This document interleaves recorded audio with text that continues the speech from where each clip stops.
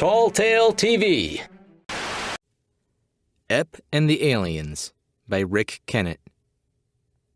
The static cleared for a moment, and from the speaker came a human voice singing in country and western tones. Like a rhinestone cowboy, riding out on a horse in a star-spangled rodeo. Then the massive sunspot interference closed in again, choking off the stray reception. The communications tech looked up at the captain with its big, purple eye. The captain twitched an antenna and resumed its anxious shambling back and forth across the control room. Ep Foster set the half-empty wine flagon down beside him and closed his eyes to the noonday sun. It had been hard work plowing the fields that morning, and, with the help of a liter of claret, he now felt so tired he could barely hear his radio blaring away beside him on the haystack. Anyway, for most of the morning, it had been spluttering with sunspot interference. The only intelligible thing that had emerged from the static had been, as Ep deemed it, some fool report about a UFO sighting a few kilometers from the farm he was working. But Ep didn't care. Sleep was coming sweetly upon him, lulled by the radio as it crackled. Like a rhinestone cowboy, riding out on a horse in a star-spangled rodeo. The captain stopped its compulsive shambling, and, with what would have passed for a shrug on a human being, shuffled over to the ship's prophecy computer. Its operator jellied over and joined the captain beside the machine. "Do you really want to use it, Captain?" It asked in a tone of dire warning. "Although this device can predict the future with keen accuracy, future events are best left undisclosed to mere mortals such as we." "I know," said the captain, and gave a heavy sigh through its blowhole. "But under the circumstances, there seems to be no other way. We've been unable to communicate with our surface probe for some time now. There's no telling how long this sunspot activity will continue. I must know what has happened to the probe and its crew. As we've discovered by monitoring this planet's television transmissions, it is a hostile world where people can be assaulted, robbed, hijacked, and murdered, and all before the first commercial break." "Very well," said the operator with deep solemnity, and activated the prophecy computer. Its speakers hummed into life and said, Like a rhinestone cowboy, riding out on a horse in a star-spangled rodeo. The operator blushed a dark shade of green, muttered something about sunspots, and tried again. The speaker hummed into life and said, First prophecy. The probe will be successful in bringing back an alien life form. Second prophecy. Solar interference will damage the ship's communications. Third prophecy. The alien life form will escape. Fourth prophecy. The captain will kill the communication tech. The captain and the operator stared at each other in amazement, eye cluster to eye cluster, then turned to regard the comtech, still fruitlessly monitoring the static.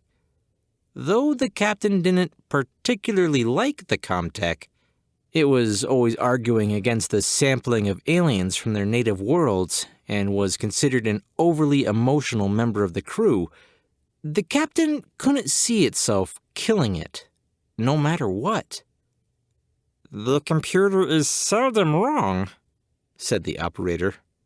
"Well, it's wrong this time," snapped the captain, and began shambling back and forth across the control room once more. It came gliding over the tall grass of the meadow, looking as inconspicuous as a big brass floating thing could look in a meadow of tall grass. Busy sleeping, Ep Foster didn't notice this apparition scuttling in its silent flight toward him. A few seconds later, the object was hovering over Ep's prone, snoring form. A sickle-shaped port leered open in its underside, and a great golden claw descended. Yet still, none of this did Ep perceive. He was having a strange dream about being a rhinestone cowboy riding out on a horse in a star-spangled rodeo. Then the golden claw grabbed, and Ep, sharp as he was, realized at once, as he and his flagon of red wine went screaming skyward, that something was amiss. The first prophecy had been fulfilled.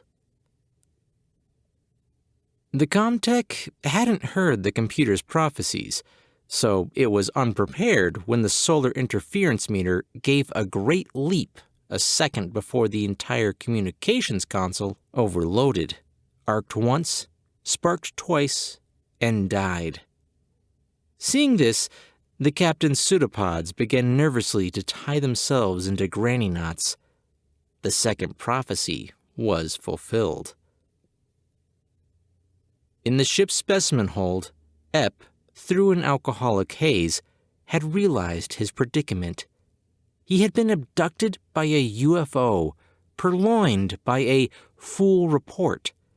He weaved over to the hold's single viewport and saw below him the blue-green blur that was the planet Earth.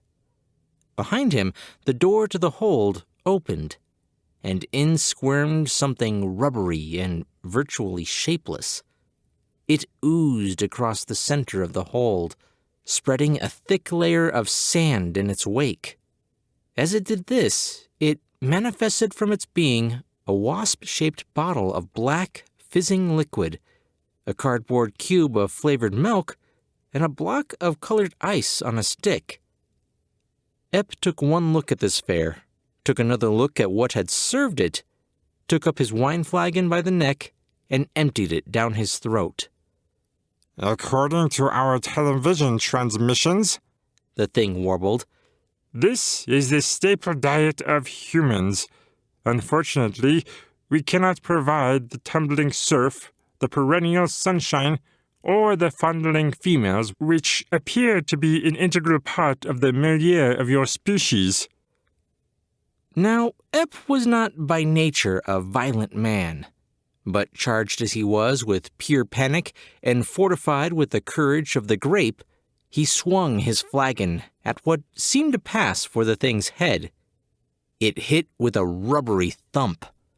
The being reeled back against the wall, sagged to the deck, and lay there, deathly still. Fear faded momentarily as Ep was stung by a stab of remorse at what he had done, at the thought that he may have killed it, whatever it was. Then panic reasserted itself and overwhelmed all else. In his drunken, fear-ridden state, he staggered from the specimen hold, heading for he knew not where.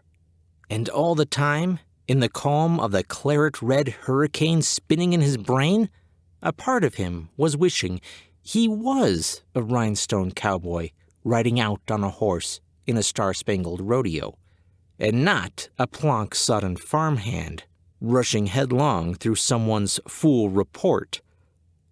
Back in the specimen hold, the rubbery, virtually shapeless thing was stirring as it regained consciousness. But by then, it was too late. The third prophecy had been fulfilled.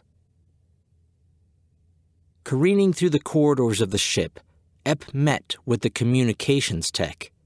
Ep screamed. The comtech screamed. They turned and ran in opposite directions. The tech slammed into a nearby door. Ep, tripping over his own feet, slammed into a nearby floor. The comtech peeled itself off the door and turned to scuttle away. But on seeing Ep sprawled knocked out on the deck, it decided, in a spasm of pity, to help the Earth creature which had been so unceremoniously wrenched from its homeworld. The Comtech had been carrying the transmitter unit, its electronics fused with the choking solar interference, to the disposal chute. With deft claws, it removed the transmitter's innards and gently stowed the awakening form of Ep Foster inside the housing. Before the lid was closed over Ep, he managed to slur, "I hope I didn't hurt that thing in the room. I'm sorry about that. I really am." The tech smiled a reassuring smile, though the ghastly display of fangs only made Ep faint again. The captain came bouncing up the corridor, blaster in claw. The Earth creature has escaped. Have you seen it? Yes, Captain, said the Comtech in a forthright manner. I helped it escape. You what? The captain flashed magenta in anger, raised its blaster, then remembering the computer's fourth prophecy, lowered both the weapon and its own temper. Never mind. It wasn't a very intelligent specimen anyway. For one thing, it wasn't running wildly about on a sun-drenched beach, which their transmissions clearly show is their natural habitat. And for another... The captain stopped suddenly, as it caught sight of what was happening outside a nearby viewport.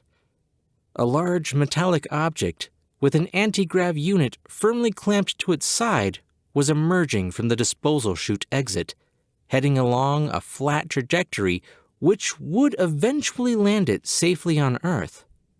What is that? The captain demanded. That, Captain, said the Comtech, smiling, is a wine-stoned plowboy sliding out with remorse in a star-strangled radio. The fourth prophecy was finally fulfilled. Rick Kennett has 5 books on Amazon, 2 novels, The Devil in the Deep Blue Sea and Presumed Dead, a novella, In Quinn's Paddock, and 2 collections, The Dark and What It Said and 30 Minutes for New Hell. In addition, he just had a story, The Road to Utopia Plain, published in the anthology The Kronos Chronicles, with another story, The Enemy of the Enemy, upcoming in War of the Worlds, Battleground Australia. Links in the description. Thanks for listening.